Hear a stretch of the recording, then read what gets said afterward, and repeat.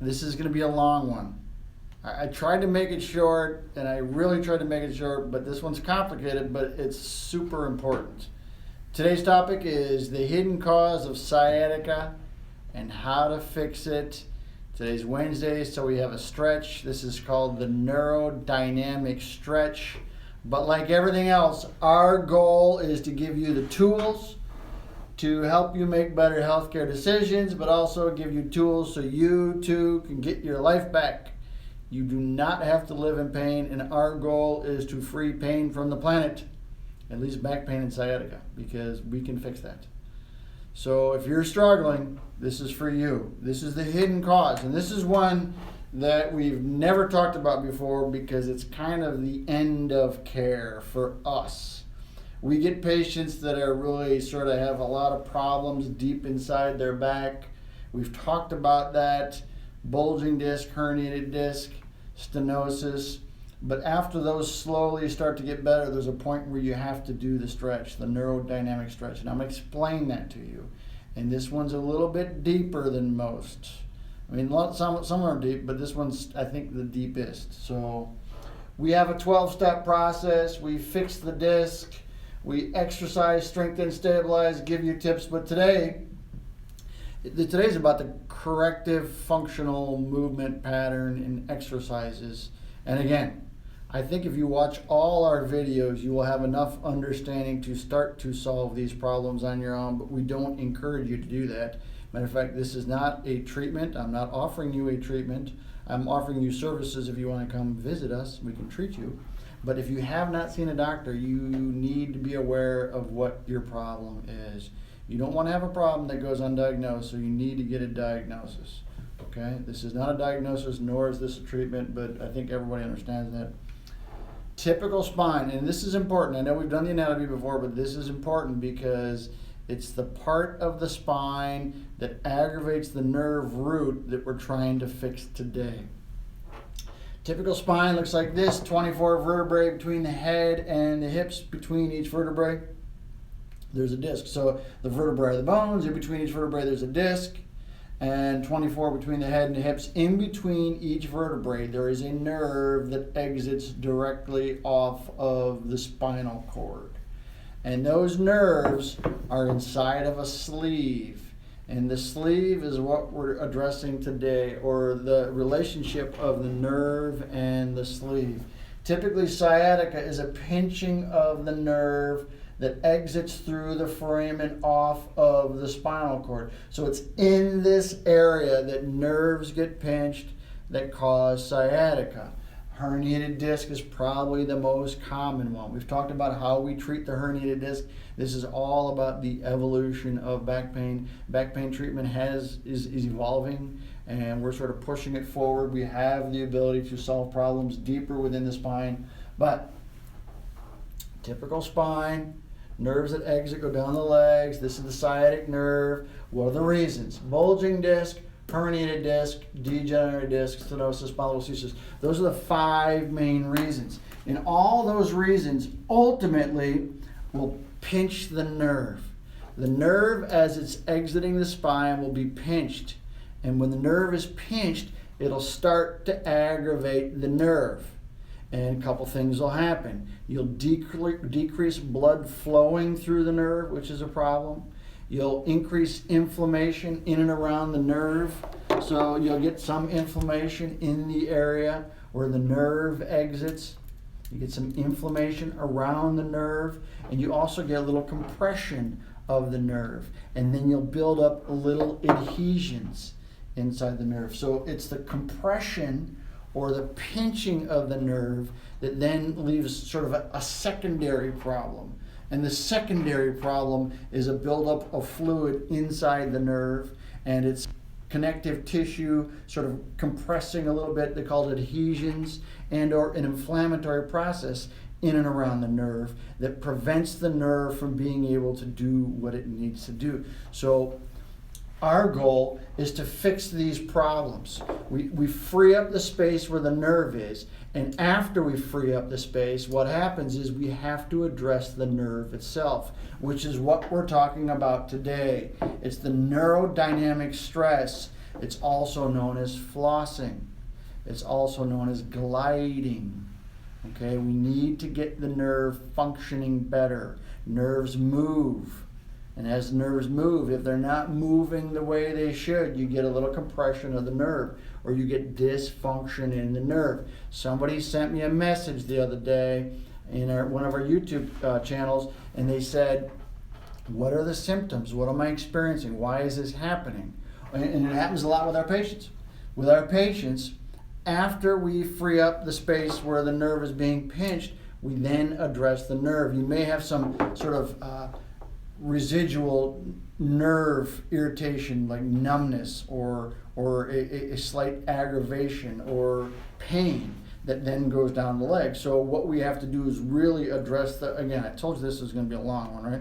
We have to address the issues of the nerve. So all the nerves come off of the spinal cord and they go out to the edge of the body. So there's flossing or gliding or neurodynamic for the neck, but today we're talking about the low back. The nerves in the low back go down the legs. So we're trying to address those nerves in the low back as they come out of the spine. Part of the stretch we're going to show you stretches the hamstring, stretches the calf, but ultimately what we're trying to do is get motion to the nerve. It's gliding. We want to get it to move. Nerves move inside the body. They're designed to slide. There's an outer sheath, okay? This is your spinal cord, and these are the nerves that exit, and there's a sheath around it, okay? And the nerves should be able to move in that sheath a little bit. But what happens is sometimes you get adhesions, and it doesn't move the way it should. So what we're trying to do is we're trying to give you a stretch that allows for the nerves to move, okay? It's a neurodynamic stretch. And the way we do it is we have you put a little bit of tension on there, and then we're going to start with having you move your foot. But then it can compress to where you're moving your neck or moving your neck and your leg at the same time. There's different ways to floss it. We're going to give you number one because this is where you have to start. We're not going to give you the advanced ones, and maybe what we can do is next week is we can do more advanced neurodynamic stretches. You have to remind me to do that. So we'll do that. Again, we want to get the nerves to move. Okay, and the way we do that is we have you do a stretch. Here's Dr. Amy. She's our physical therapist. Okay, so here's what she's doing. She's laying on her back, and then she's going to straighten her leg, and then she's going to put a belt or a rope over her foot. Now in her case, it's a belt, and what we're going to do is we're just going to move the foot a little bit. Okay, so be aware. I'll draw it here. Okay, wait till she gets up. So she's extending her leg. So you want your leg. If you have a herniated disc and you do this, it's not a good idea. Okay, so you really need to wait till you get toward, as the nerve starts to get freed up from the herniated disc. Because if you do it with a herniated disc, you're probably going to aggravate the nerve. Okay, because you're stressing the nerve over the disc. So again, this is not beginning phase, this is end phase. So there's probably 50% of the people right now that have sciatica that can do this, and there's 50% of the people right now that shouldn't be doing this. Okay, so as she has her leg straight, so really the nerve, the sciatic nerve, starts here and comes all the way down into her spine here. So as she lifts up her leg and she has it straight up in the air, and if you can't get it straight up in the air, it's probably not that uncommon, but she's going to get it relatively straight. Okay, so now what is she doing? She's stretching the nerve, and then what she's going to do, she's going to raise her foot up and down, and what that does is allow for a sliding of the nerve. This is phase one. This is phase one of the neurodynamic stretch. Again, we're trying to get the nerve. It's like floss. It's like flossing your teeth. Okay, we're trying to floss that motion. We're trying to restore motion of the nerve. We're not really elongating it, we're just getting it to move. And if there are adhesions in there, this will start to break up the adhesions, but it'll also get the blood to flow in and around the nerve. So what happens is the nerve starts to get better. You start to feel better. Again, this is probably the most complicated thing we've talked about yet, because it really involves the motion inside the nerve and the blood flow. So it's the neurodynamic stretch. This is phase one. Okay, again, the foot's going up and down, and what that's doing is it's allowing that nerve to slide up and down. It's not moving inches, it's just moving a little bit, but it sort of gets some of the adhesions out there. So as you do this, you start to feel a little bit better. You start to wake the nerves up. People say, I feel like my legs are more alive. Well, they're more alive because the nerves are starting to function a little bit better.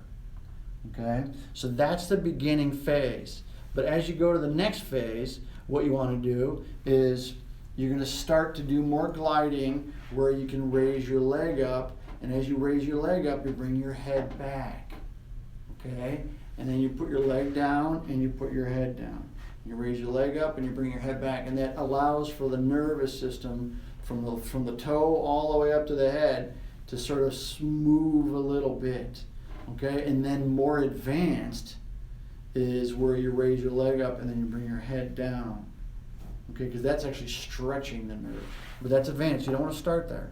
And again, you don't want to do this if you don't know what your problem is. You have to get a diagnosis to figure out exactly what the source of the pinching of the nerve is. 99% of the time it's not a problem, but you have to figure out if it is a problem. And if you're stretching the nerve root over the herniated disc, that could be a problem as well. So that's the neurodynamic stretch. I know it was long and complicated, but it's more advanced, and it's important. And you can do it for the upper body too, but today's not about the upper body. Today's about sciatica. So if you have a problem, come see us. I want you to share this information with your friends and family. We have the ability, matter of fact, here's our study. We have the ability to solve sciatica better than anybody, period. Better than anybody. So if you suffer or you know somebody who's suffering, share this information with them because we want to help them. Our mission is to help as many people as we can because back pain treatment has evolved and people don't understand that there is an evolution. They think that it's what it used to be, and it's not. It's different because we treat the disc.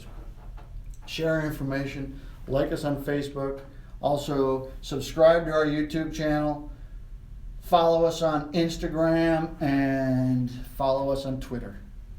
Okay? We're on a mission. We want to save as many people as we can, and we certainly don't want you to have surgery. And one of the main reasons people have surgery is because of sciatica. So you want to avoid the surgery because surgery is devastating.